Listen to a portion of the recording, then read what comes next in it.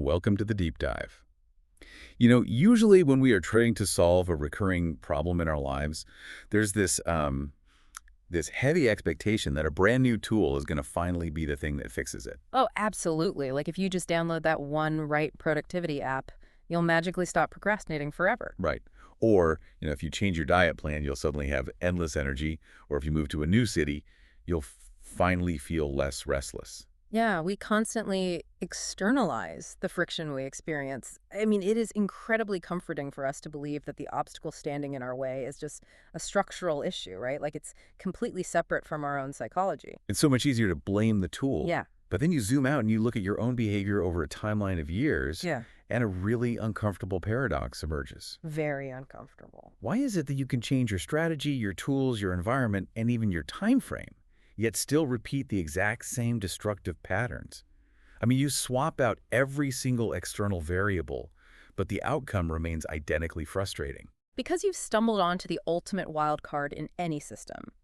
You can optimize an external structure to mathematical perfection, sure, but if the internal mechanism operating that structure hasn't evolved, the old problems don't just disappear. Right? They just change clothes. Exactly. They simply adapt and find a brand new way to express themselves within the new system. And that brings us to today's deep dive. We are looking at a really fascinating stack of philosophical briefs and research notes from a project titled The First Variable. It's a great collection of sources. It really is.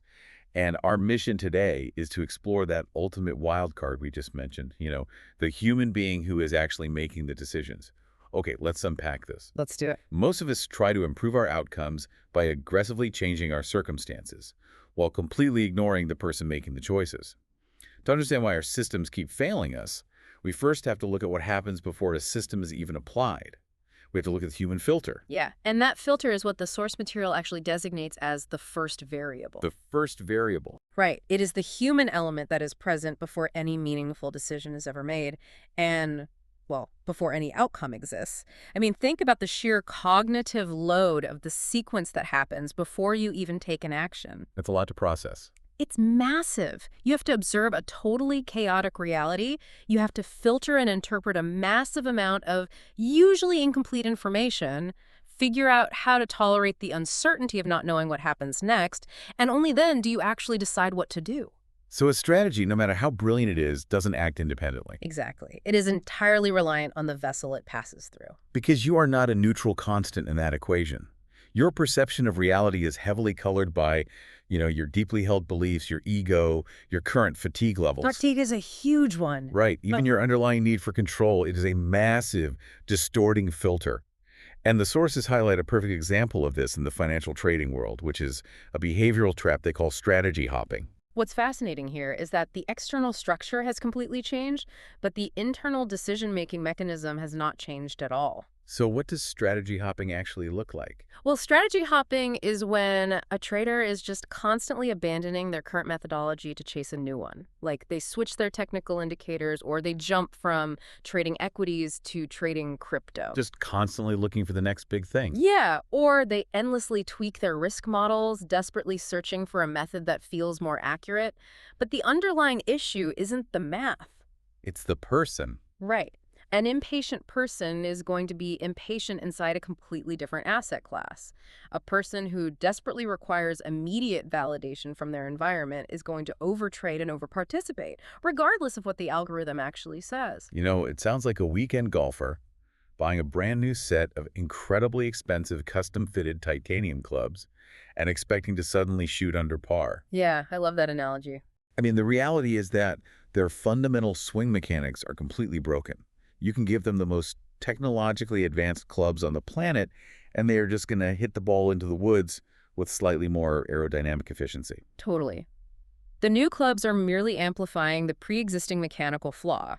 So if the strategy itself isn't the root of the problem, like if the golf clubs aren't actually to blame for the slice, then how do we properly examine the person swinging them? That's the big question. Right. The brief suggests we need an environment that completely strips away all of our self-serving narratives and our excuses.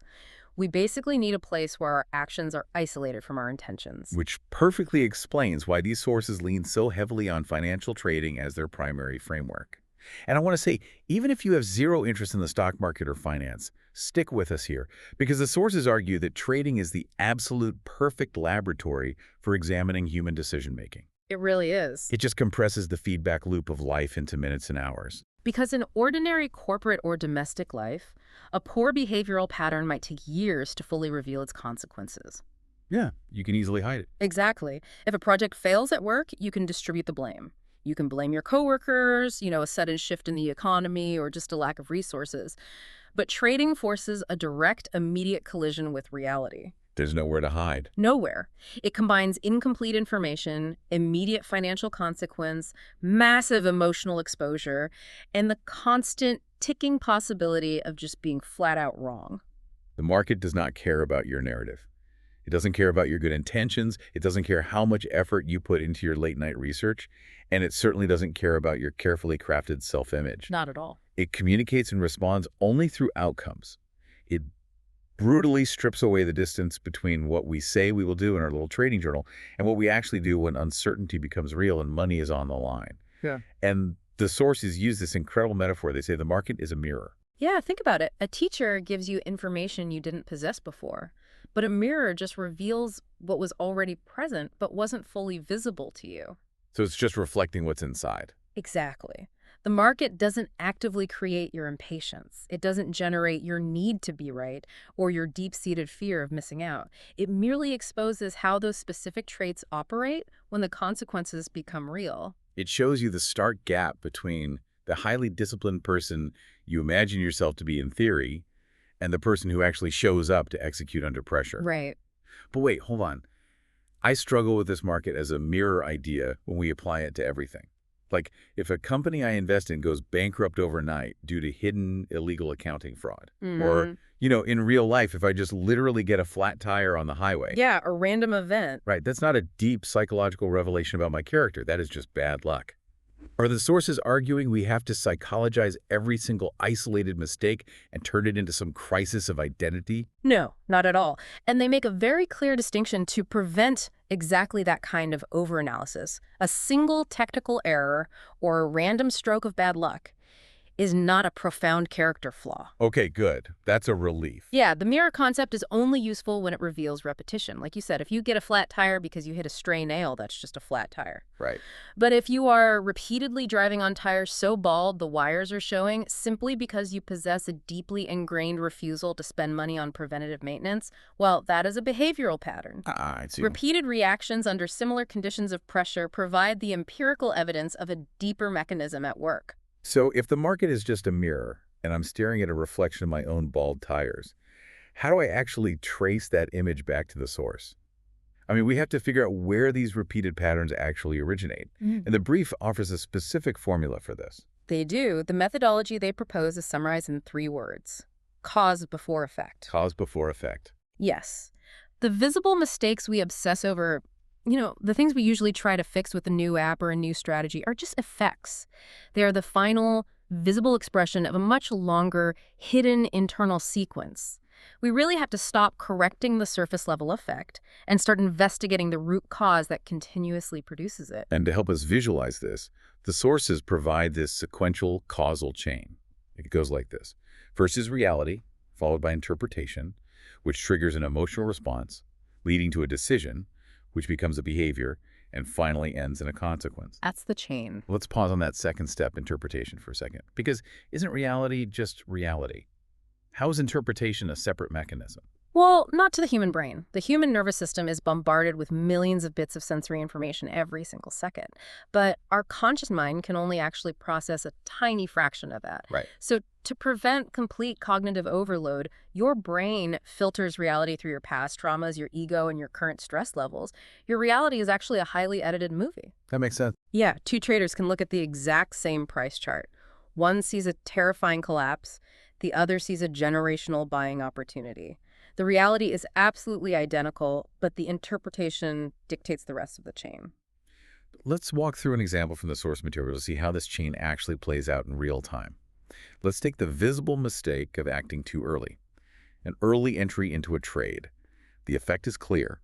You acted before your strategy gave you confirmation. Yep, very common mistake.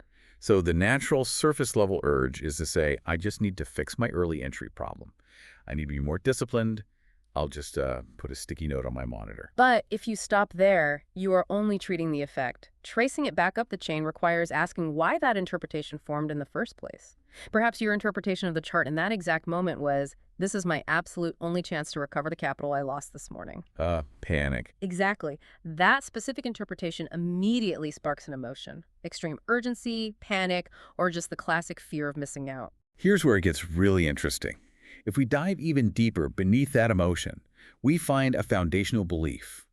A belief like a loss must be repaired immediately to restore equilibrium. Right.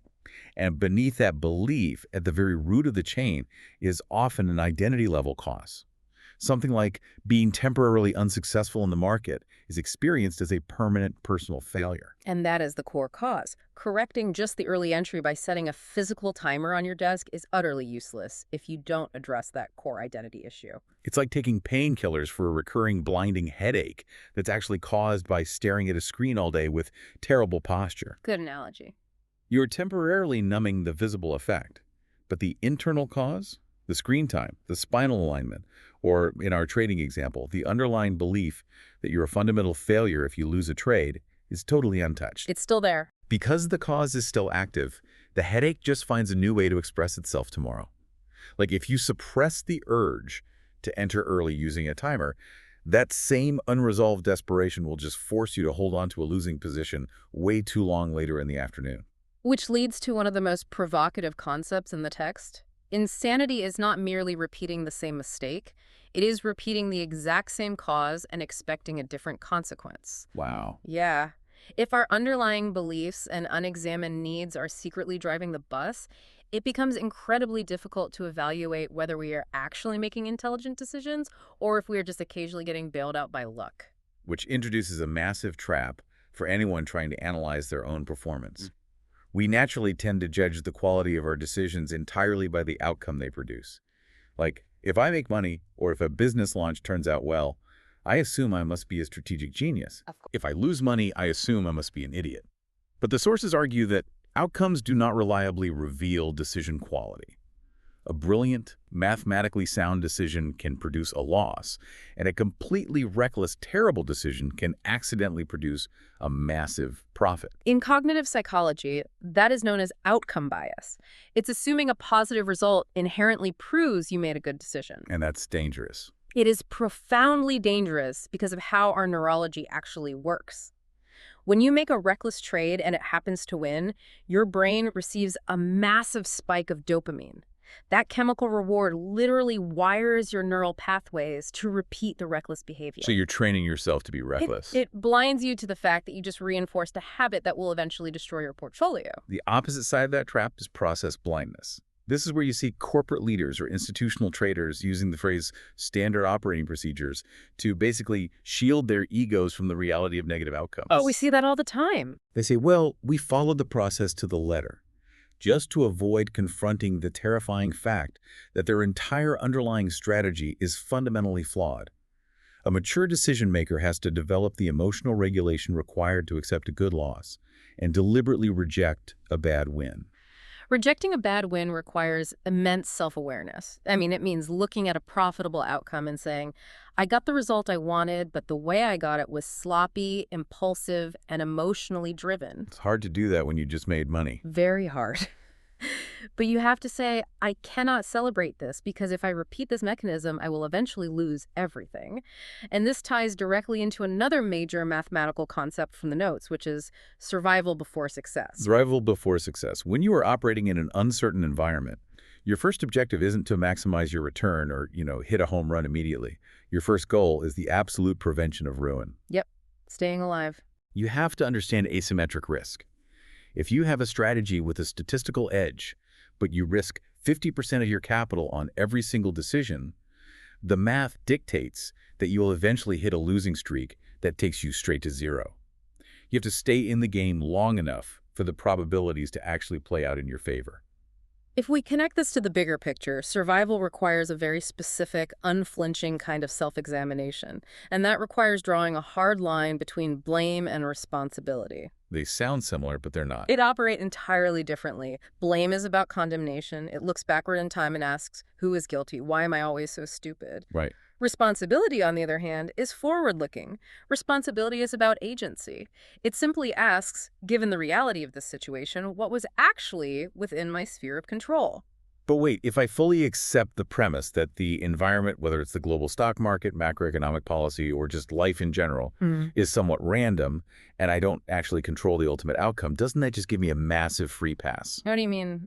Well, how do I take responsibility without just throwing my hands up and making excuses when things inevitably go wrong? Like, oh, well, the market was volatile. It was totally out of my hands. It is a trap many fall into, confusing acceptance of randomness with a surrender of agency.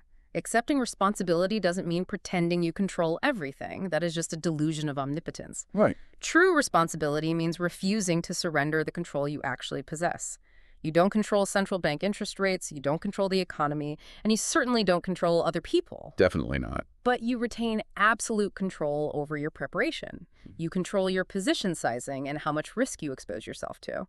You control whether you follow your own predefined rules, and you control how you regulate your nervous system when the pressure really hits. Blaming yourself for random market noise is just as inaccurate and unhelpful as excusing your own poor preparation. Okay, so let's say we put in the hard work. We identify our destructive patterns in the mirror. We trace the visible effect all the way back up the chain to the root cause. We stop blaming ourselves for random variance, and we take full responsibility for our preparation and risk management. Sounds like a great plan. Right. We had this massive cinematic breakthrough moment of self-awareness. We finally understand our fundamental flaws, but just intellectually understanding them doesn't magically rewire our behavior. This doesn't. And honestly, this is consistently the hardest, most frustrating step in the entire framework. Insight is not transformation. Ouch. Yeah. Being able to eloquently and intelligently explain a psychological pattern to a therapist or a friend is not empirical evidence that the pattern has actually changed in practice. That is a brutal truth to swallow. You can sit there and articulate exactly why you have a fear of missing out, or why you're a paralyzing perfectionist, or why you desperately need external validation from your peers. You can sound incredibly insightful, explaining the architecture of your own neuroses. And achieving that intellectual understanding might even give you a temporary dopamine hit. You feel a sense of relief, a false sense of resolution, simply because you successfully named the demon. Right, you think you beat it. But transformation is only demonstrated when the next relevant decision materially changes. Real learning isn't visible when you explain the historical pattern. It is only visible when you demonstrate restraint in the exact moment where there was previously impulse. Wow. It is choosing patience where there was previously a frantic sense of urgency. And this is exactly where the isolated laboratory of trading transfers into the much bigger, infinitely more complex experiment of your daily life. Yeah. Because the person executing the trade, the first variable, is the exact same person managing a corporate team or navigating a complex marriage or raising children. You see that transfer everywhere once you know what to look for. Take the need for control, for instance. Okay. In the trading laboratory, that might look like overmanaging a position, agonizing over every single tick and tiny fluctuation in price, basically trying to force the market to behave. Right. In life, that exact same underlying mechanism turns into micromanaging your employees or stifling a romantic partner because you view any amount of uncertainty as a threat that must be immediately neutralized. Or what about the primal urge to escape emotional discomfort? Yeah. In the laboratory, it's exiting a perfectly good trade prematurely, just because the tension of waiting for the thesis to play out feels physically unbearable. Exactly. But in life, it's sending a highly emotional reactive text message just to end an uncomfortable silence after an argument. It's abandoning a difficult long-term project because the lack of immediate external reward makes you feel insecure. Is all the exact same first variable operating under different disguises. Always the first variable. So what does this all mean? If profound insight isn't enough, and just intellectually knowing our flaws doesn't fix them, how do we actually bridge the gap to change? Do we just sit around endlessly analyzing ourselves, waiting until we feel perfectly disciplined and psychologically ready to act differently? If you wait for the feeling of perfect readiness, you will be waiting on the sidelines forever. Forever. The sources address this paralysis directly with a concept they call beginning before readiness. Waiting until you feel perfectly prepared, completely certain, and emotionally unshakable is often just a highly sophisticated, socially acceptable form of avoidance. It's perfectionism weaponized as a shield.